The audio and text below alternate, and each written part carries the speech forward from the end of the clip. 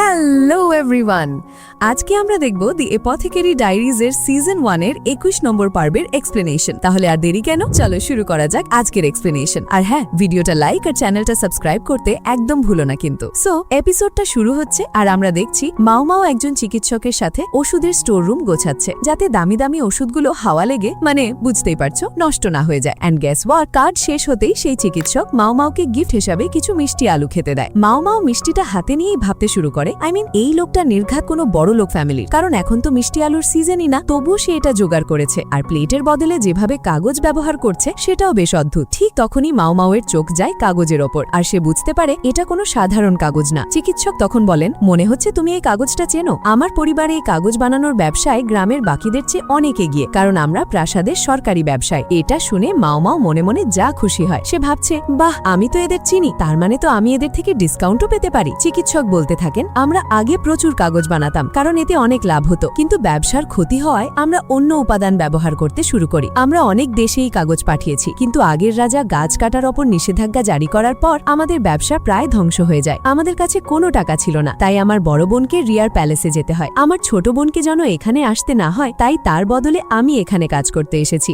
যদিও এই কাজে তেমন লাভ নেই, কিন্তু টাকা ভালোই পাওয়া যায়। এত কিছুর পরেও আমি আমার বড় বোনের সাথে একবারও দেখা করতে পারিনি। আসলে এইসব শুনে মাও মাওয়ারও মনটা খারাপ হয়ে যায়। সে ভাবছে, বেচারা, জীবনে অনেক কষ্ট সহ্য করেছে লোকটা। এরপর সিন শিফট হয় আর আমরা দেখি লিহাকুকে। প্রাসাদের করিডরে সে দুজন মেয়ের কথা শুনে খুব চিন্তিত হয়ে পায়রেনের কথা ভাবতে শুরু করে।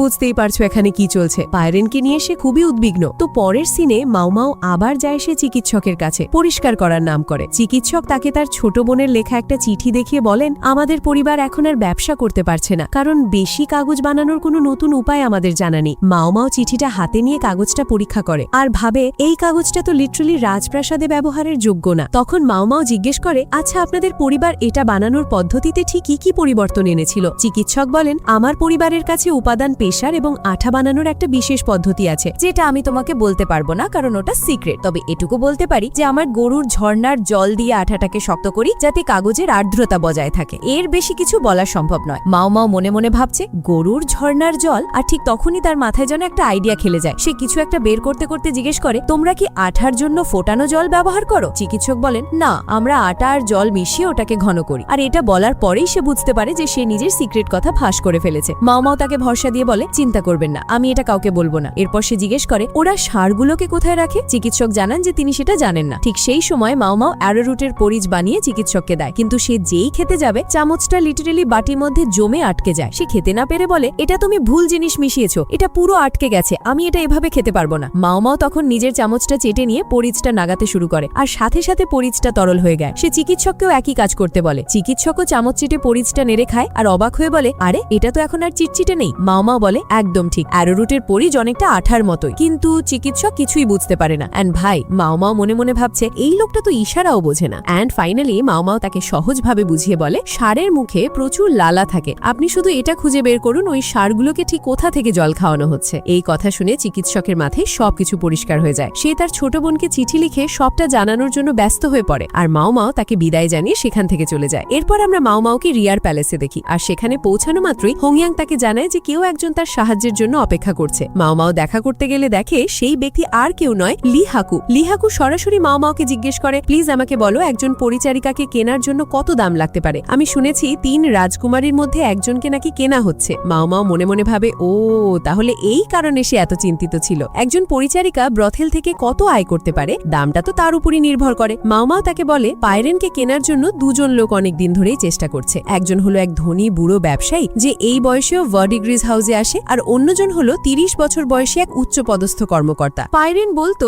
যে সে বিছানায় বেশ পারদর্শী, কিন্তু মজার ব্যাপার হলো পরের দিন সকাল পর্যন্ত লোকটা নাকি একেবারে ক্লান্ত হয়ে পড়ে থাকতো। লিহাকো জিজ্ঞেস করে, ক্লান্ত মানে কি বলতে চাইছো তুমি? মাও মাও বুঝিয়ে বলে, পায়রেন শুধু একজন ভালো নর্তকীই নয়, সে বিছানাতেও সহজে হার মানার পাত্রী নয়।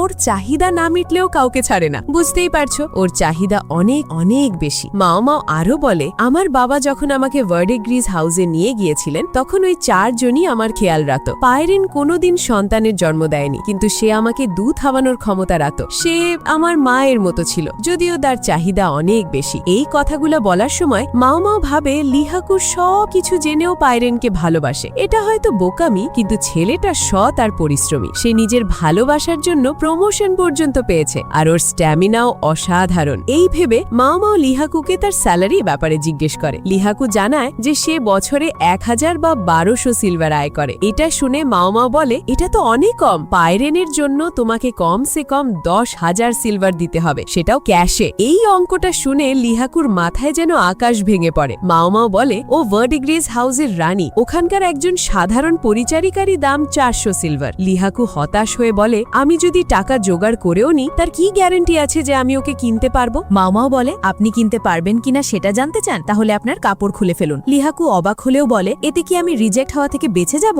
মাও মাও উত্তর দেয়, আমি শুধু এটা জানি যে পাইরেনের কেমন শারীরিক গঠনের পুরুষ পছন্দ। এই কথা শুনে লিহাকু তার জামা কাপড় খুলতে শুরু করে। এখানে একটা জিনিস খেয়াল করো, মাও মাও তাকে একদম খুঁটিয়ে খুঁটিয়ে দেখছে, এমনকি তার প্যান্টও খুলতে বলছে। লাইক সিরিয়াসলি, আমি এসব কি এক্সপ্লেন করছি? যাই হোক, লিহাকু প্যান্ট খুলে ফেলার পর মাও মাও তাকে কিছু পোজ দিতে বলে। লিহাকু একটার পর একটা পোজ দিয়ে যায়, আর মাও মাও তাকে দেখে ভাবছে পাইরেনের নিজের একটা পছন্দ আছে, আর এর শরীরটা একদম সঠিক, ঠিক একদম সেনার মতো ট্রেনিং করে বানানো। ঠিক সেই সময় বাইরে থেকে দুজন লোক তাদের কথা শোনার চেষ্টা করছে, অ্যান্ড সাডেনলি দুর্ভাগ্যবশত স্বয়ং জিনশিও সেখানে এসে হাজির হয়। ভেতরে মাও মাও লিহাকুকে দেখে ভাবছিল এর মাসলগুলো ভালো, একটা সুযোগ পেলেও পেতে পারে, এখন শুধু একটা জিনিস পরীক্ষা করা বাকি। এই ভেবে মাও মাও লিহাকুকে তার গায়ে থেকে যাওয়া কাপড়টাও খুলতে বলে। এই কথা শুনে লিহাকু ঘাবড়ে যায়, আর ঠিক তখনই দরজা খুলে জিনশি ভেতরে ঢোকে, আর এই দৃশ্য দেখে সে রেগে আগুন। সে রীতিমতো চিৎকার করে বলে, এখানে কি চলছে এসব? এরপর আমরা মাও মাওকে জিনশির অফিসে দেখি। জিনশি রাগে ফুসফুসে জিজ্ঞেস করছে, ওসব কি ছিল? ওই লোকটা নগ্ন কেন ছিল? তুমি ওখানে কি করছিলে? মাও মাও মনে মনে ভাবে, সুন্দর মানুষদের উপর রাগ একদম মানায় না। সে শান্তভাবে উত্তর দেয়, ও আমার কাছে একটা ব্যাপারে সাহায্য চেয়েছিল, ওখানে ভুল কিছু হচ্ছিল না, আমি শুধু দেখছিলাম যে ওর শরীরটা যথেষ্ট কিনা, আর এর জন্য নিজে থেকে যাচাই করার চেয়ে ভালো উপায় আর কিছু হতে পারে না।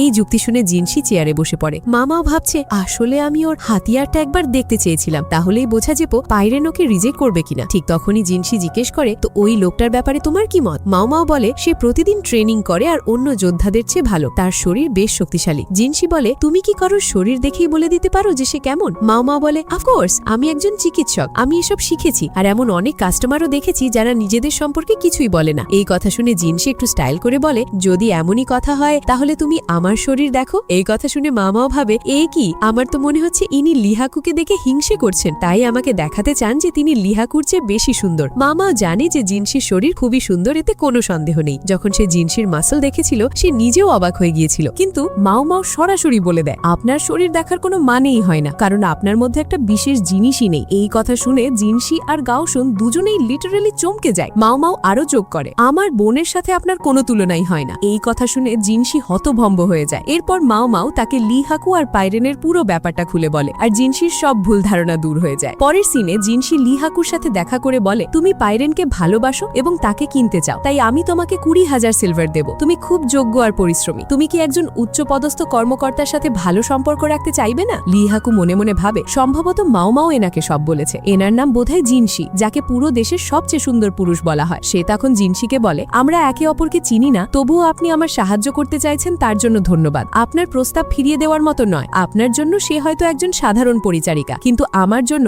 সেই আমার পৃথিবী। অন্যের টাকায় নিজের স্ত্রীকে কিনে আনাটা ঠিক নয়, তাহলে তো আমি আর পুরুষ নামের যোগ্যই থাকবো না। লিহাকুর এই কথা শুনে জিনশি খুব প্রভাবিত হয়। সে তার কাছে ক্ষমা চেয়ে বলে, আমাদের হয়তো তাড়াতাড়ি আবার দেখা হবে, আমাদের আবার কথা বলার দরকার পড়তে পারে। এই বলে জিনশি আর গাওসুন সেখান থেকে চলে যায়। লিহাকু সেখান থেকে দৌড়াতে দৌড়াতে ভাবে, আমি জানি না আমি ওর সাথে দেখা করতে পারবো কিনা, কিন্তু আমি ওকে চিঠি অবশ্যই লিখবো আর জানবো যে ও কি ভাবছে। ওর উত্তর যাই হোক, আমি ভয় পাই না। ওর উত্তর শোনার পর ওর কথাগুলো বিশ্বাস করেই আমি আমার বাকি দিনগুলো কাটাতে পারবো। এরপর আমরা দেখি মাও মাও পাইরেনকে একটি চিঠি লিখছে। অন্যদিকে লিহাকুও ভার্ডিগ্রেজ হাউসে পৌঁছে একটি বাচ্চার মাধ্যমে পাইরেনকে তার চিঠি পাঠায় আর তাকে আশেপাশে খুঁজতে থাকে। ঠিক সেই সময় দেখানো হয় পাইরেন আড়াল থেকে লিহাকুকে দেখছে। পরের সিনে আমরা লিহাকুকে দেখি যে বলছে, আমি যে পথে বিশ্বাস করি আমাকে সেই পথেই চলতে হবে। অন্যদিকে মাও মাও পাইরেনের উত্তর পায়। চিঠিতে পাইরেন লিখেছে, ওই বুড়িটা ভার্ডিগ্রেজ হাউসের মালকিন আমাকে কি বলবে তা নিয়ে আমার কোনো চিন্তা নেই, আমি আমার রাজকুমারের জন্য অপেক্ষা করছি যে আমাকে নিতে আসবে। মাও মাও ভাবে,